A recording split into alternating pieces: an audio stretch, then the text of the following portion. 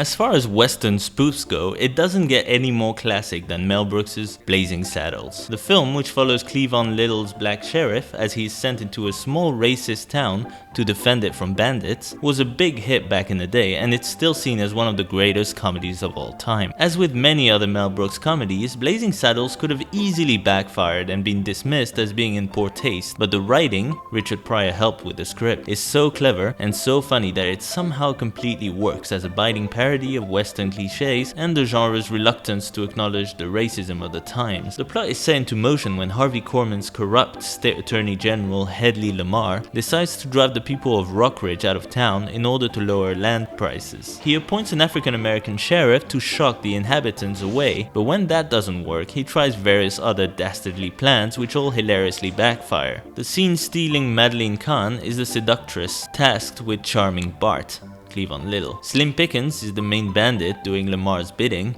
and Gene Wilder is the Waco Kid, the fastest gun in the West and Bart's buddy. Although one can't help but wonder how the film would have played out with Richard Pryor in the lead role as was originally planned, it's hard to deny how good Cleavon Little is in this movie. His Bart is funny, clever, and charming as hell. The whole cast is perfect, from Harvey Korman's brilliantly idiotic villain to the ridiculously cool Gene Wilder and Mel Brooks himself, who takes on a few roles in the film, including a Yiddish-speaking Native American chief. The story doesn't make a whole lot of sense, especially in its third act when Lamar basically reveals himself to be the cause of Rockridge's problems despite going out of his way to stay in the shadows up to that point, and when everyone has to build an exact replica of the town overnight.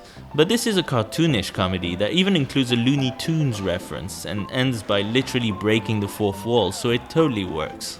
Like Young Frankenstein did with horror movies, you can tell right off the bat that great care was put into the cinematography and the score to make the film look and sound exactly like a real Western, and this all helps give a timeless quality to the whole thing. The few songs in the movie are so good you could definitely see Blazing Saddles being turned into a producer-style Broadway musical, so here's hoping Brooks finds a way to make that happen somehow. One of the best aspects of the film, which made it very much ahead of its time, are all the anachronisms thrown in, from cars to the Count Basie Orchestra in the middle of the desert, and the Warner Brothers Studios set finale, with Dom DeLuise's lavish musical being interrupted by the biggest Western fistfight ever. Blazing Saddles is not only still hilarious and one of Mel Brooks' very best movies, but it's quite probably one of the best comedies of all time. I simply can't recommend this one enough. It's a classic with tons of wit, charm, silliness, and it's an absolute must-see. Masterpiece.